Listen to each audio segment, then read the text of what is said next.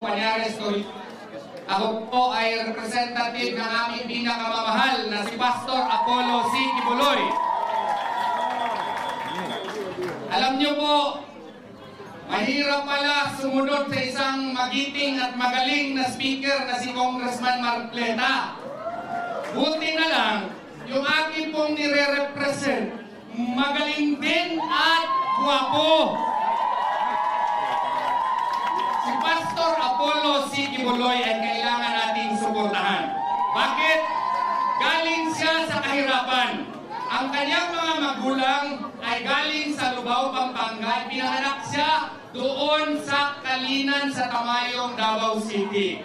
Siya po ay galing sa kahirapan. Kaya naiintindihan niya ang kahirapan.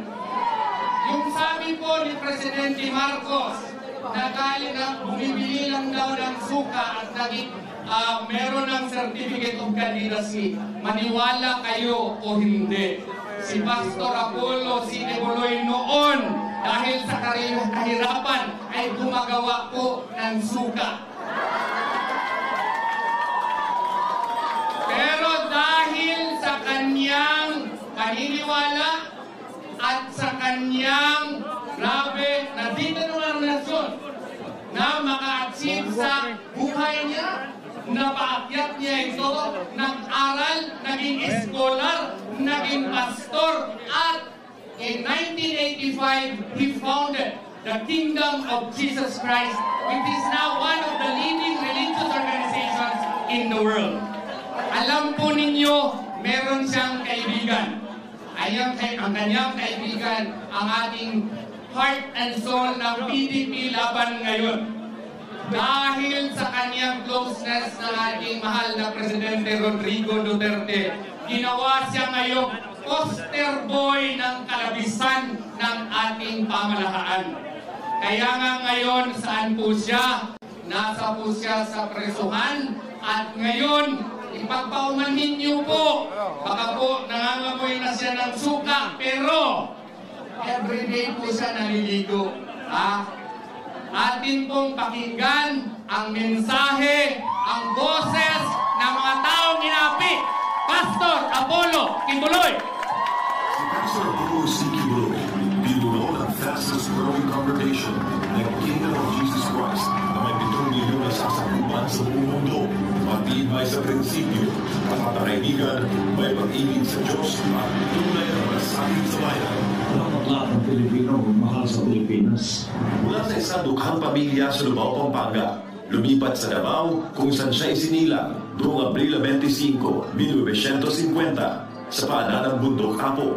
Lumaki siyang kasama ang iba't ibang tribo sa Tamayong, Davao City at nagtapos ng Bible College kung saan siya ay naging handa sa misyong itinagda ng Diyos. Nang naigugma kong bata, I saw the poverty when I traveled all over the Philippines. And the brunt is taken in by these children of poverty. Ako, I am one of the victims of poverty. That's why when the Father blessed me the message, I said, if you bless me, Father, I will dedicate the whole of these blessings to the children. September 1, 1985, na itinatag niya ang KOJC na may 15 miyembro.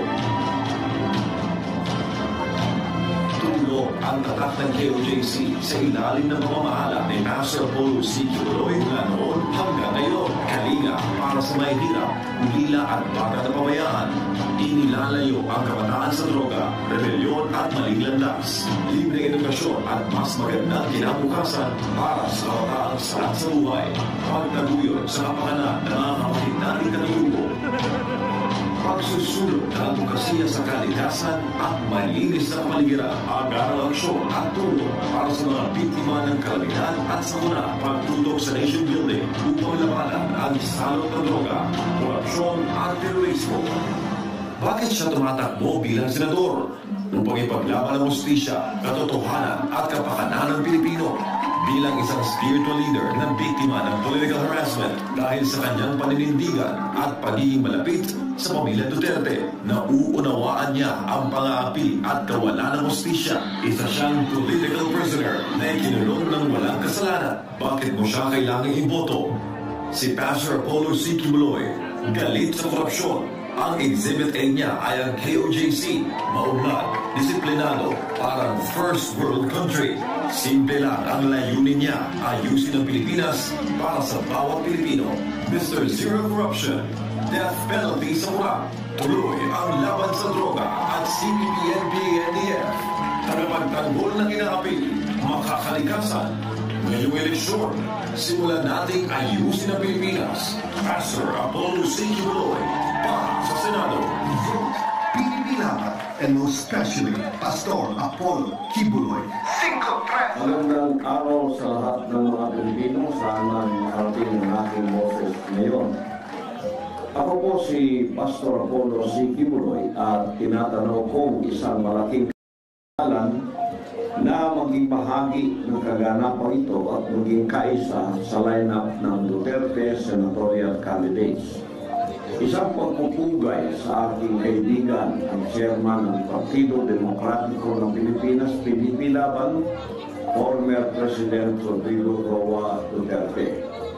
Malugod ko rin binabati ang mga opisyalis ng partido, Vice Chairman Alfonso Cusi, President Senator Robin Padilla, Vice President Sebastian Baste Duterte, Secretary General Amy Torrefranca Neri, Treasurer Isabel Zamora, Auditor Senator Christopher Bongo, Vice President for Luzon Eric Martinez, Vice President for Visayas Michael Brama, Vice President for Mindanao Senator Ronan Pato de la Rosa, Executive Director Astra Pimentel Naik at sa lahat ng mga mahuhusay ng miyembro ng pamunuan. Maraming salamat po sa inyong pagtanggap sa akin.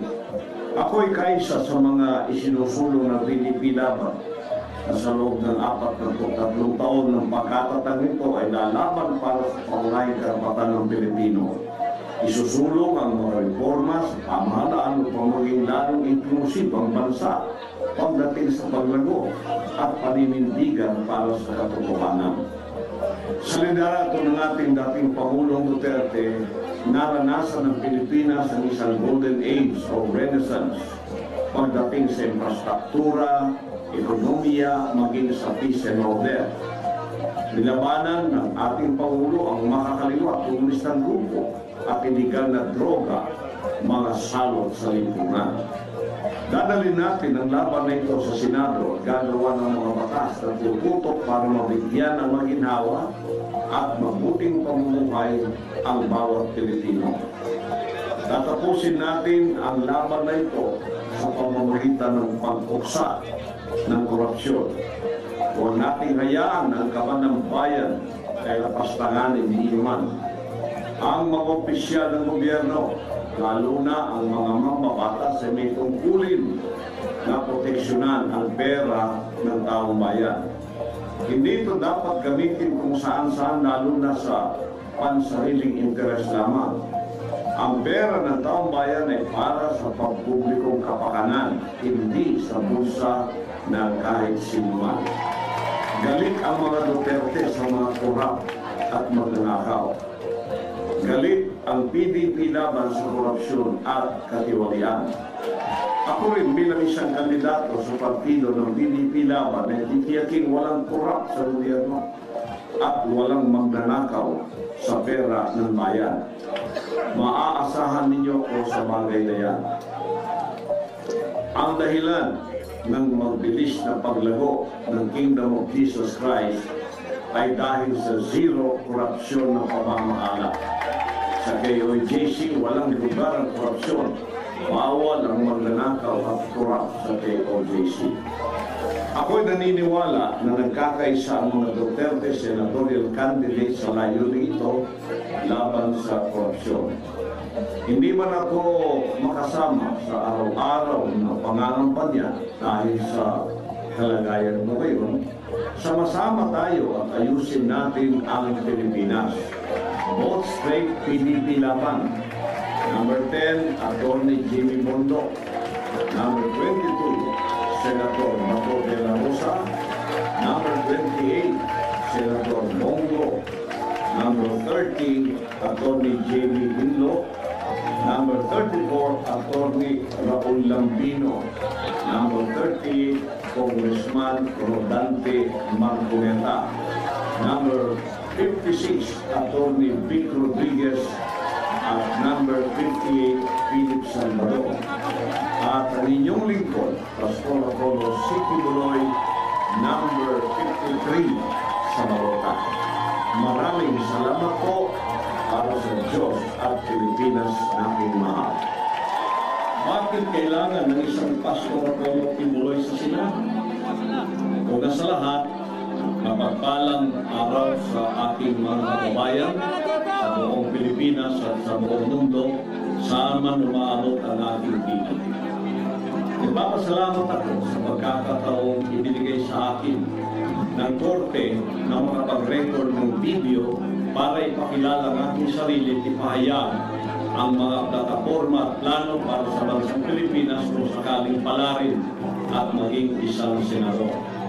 Nagpapasalamat rin ako sa dating Pangulong Rodrigo Duterte, chairman ng PDP Laban, at Senator Robin Hood Padilla, presidente ng partido na ako'y ginawang kabilang sa mga Duterte senatorial candidates na may isang layunin para sa mga Pilipino. Isang malaking karangalan para sa akin na maging bahagi ng lineup ng mga Duterte na kinikilala sa kapuri-puring liderato nito sa Davao City o sa Pilipinas nang siya maging Pangulo ng 6 na taon. Marahil ay nagtatakang karamihan sa inyo tungkol sa aking pagtakbo sa kabila ng aking kalagayan ngayon. Ako po si Pastor Apollo C. Kibuloy, leader ng isang religious community, ang Kingdom of Jesus Christ. Wala man akong karanasan sa politika, ngunit malawak ang aking pangunawa sa pamamahala at pangangasiwa. Sa katunayan, sa loob ng 40 taon bilang pastor ng Kingdom of Jesus Christ, nayalat ko ang pamumuhay ng mga miyembro at misyonaryo sa KOJC at naitatag ang ilang mga organisasyon na tumututok sa pagpapahalaga sa tao na matugunan ang kanyang pangangailangan. Ito ang aking Exhibit A, ang Kingdom of Jesus Christ o KOJC. Limitado man ang aming resources, ngunit napalago ang simbahan mula sa Davao City hanggang sa iba't ibang panig ng daigdig. Mula pa noon, aktibo rin tumutulong ang KOJC sa lipunan at pamahalaan sa pamamagitan ng mga humanitarian programs. Naitatag ang Children's Joy Foundation Incorporated na nagbigay kalinga sa mga batang naulila at napabayaan. Ang Keepers Club International ay may mga programang naglalayong mailayo ang mga kabataan sa pinagbabawal ng droga, marikot ng mga makakaliwang grupo, at iba pang masasamang impluensya. Marami ng scholars na nakapagtapos at naging mga profesional mula ng may tayo ang Jose Maria College Foundation Incorporated. Mula 2020, meron ng 112 na J. Marian lawyers ang na-produce ng JMCFI. Noong 2024, may 26 na bagong mga doktor ang na-produce naman ng College of Medicine. Kinikilala rin sa iba't ibang larangan ng academic excellence, moot court and debate, campus journalism, research at sports. Ang advokasya para sa kalikasan at malinis na kapaligiran ay binigyang pansin sa pamamagitan ng Sunshine Philippines Movement. Kada linggo, ang mga volunteer ay nagsasagawa ng tree planting activities at cleanup drives. Ang United Indigenous Peoples Heritage of the Philippines o UNIFIL upang bigyan pansin ang mga pangangailangan ng mga katutubo, ang mga nasalanta ng kalamidad at iba pang sakuna ay tinutulungan sa pamamagitan ng mga relief operations ng SMNI Foundation Incorporated. At bilang honorary chairman ng Sunshine Media Network International o SMNI, ang mga programa natin sa radyo, telebisyon at digital media ay nakatutok sa pagpapaunlad ng bansa o nation building. Napatunayan natin na sa KOJC na kapag ilalagay ang pera sa pwestong kinalalagyan, walang maghihirap o maiiwanan. Dahil sa karanasang ito, ang pangunahing isinusulong ko sa aking pagtakbo ay zero korupsyon. Talamak ang korupsyon sa ating bansa ngayon at nawawalan ng tiwala ang taong bayan sa ating pamahalaan dahil sa kawalan ng transparency at accountability sa pag-handle ng buwis mula sa pera ng mga mamamayan. Kung ako'y magiging senador, ako ang magiging tagapagbantay ng pera ng bayan. Sisiguraduhin ko ng pera ng mamamayan ay may lalaan para sa kaginawaan at magiging tugon sa bawat pangangailangan. Ako ang magiging pambansang konsensya o national conscience dahil naniniwala ako na walang bahid na korupsyon ang aking pagkatao. Dapat nang wakasan ang sistematikong korupsyon na nagdulot ng kahirapan at kasiraan sa ating bayan. Naniniwala ako na malulutas ang problemang ito kung papapanalitin ng mga opisyal ng pamahalaan na nangangasiwa sa budget, lalo na sa mga kinutawan o representante ng mga distrito at pamayanan. Kailangan mayroong tapat na pag-uulat ito para maging mulat ng taong bayan kung saan napupunta ang kanilang mga buwis. Kaya nga, isusulong rin natin ang death penalty para sa mga korap na opisyal ng pamahalaan. Sa aking panukala, ang bawat kandidato na nais maglingkod sa bayan ay pipirma sa isang covenant with the people at mangangako na hindi galawin ang pera ng taong bayan. Aharap sa isang full commission kung saan mananagot ang opisyal kung sakaling mayroong panglabag at nagalaw ang pera mula sa kaban ng bayan. Ito ang focus ng aking plataforma dahil naniniwala ako na hindi pagpapalain ng Diyos ang ating bayan kung mayroong magnanakaw at mga tiwali sa pamahalaan.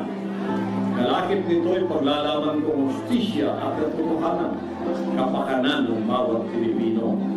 Bilang isang spiritual leader na nakaranas ng political harassment dahil sa ating mabuting prinsipyo at pagiging malapit sa pamilyang Duterte, naunawan kong bigat at kawalan ng justisya. Naniniwala ko na panahon na upang magkaroon ng tunay na leader sa Senado. Huwag nating hayaang manaig ang mga gahaman sa pera at kapangyarihan. Tandaan, may eleksyon. Ako si Pastor Apollo Kibuloy ang nagsusulong ng mga plataforma ito. Death penalty sa mga korap ng darambong magnanakaw, tuloy ang pagsugpo sa salot ng droga, CPP-NP, NDF, tagapagtanggol ng mga mamamayan laban sa abuso ng gobyerno, makakalikasan, kalinisan, ay kagandahan at kalusugan. Linisin natin ang Pilipinas mula sa mga korap at magnanakaw. Pagandahin natin muli ang Pilipinas at payabungin ang mga halaman, bulaklak at mga puno sa kapaligiran. Isulong rin natin ang National Sugar Highway System sa bansa na mapagkakabit-kabit ang bawat isla at pulo upang maging madali ang transportasyon ng mga kalakal at serbisyo para sa bawat Pilipino. Ayusin natin ang Pilipinas. Gawin natin first world country ang bansa. Hindi imposible iyan. Simulan natin ngayong eleksyon. Pilipinas, subukan natin ang bago at may resibo. Ako si Pastor Apollo C. Kibuloy, number 53 sa inyong balota, ang inyong boses at tagapagsulong ng zero korupsyon. Tulong tayo na sa katuparan ng pangarap ng bawat Pilipino, kapayapaan, katatagan at kasiguruhan sa buhay. Maraming salamat po para sa Diyos at Pilipinas nating mahal.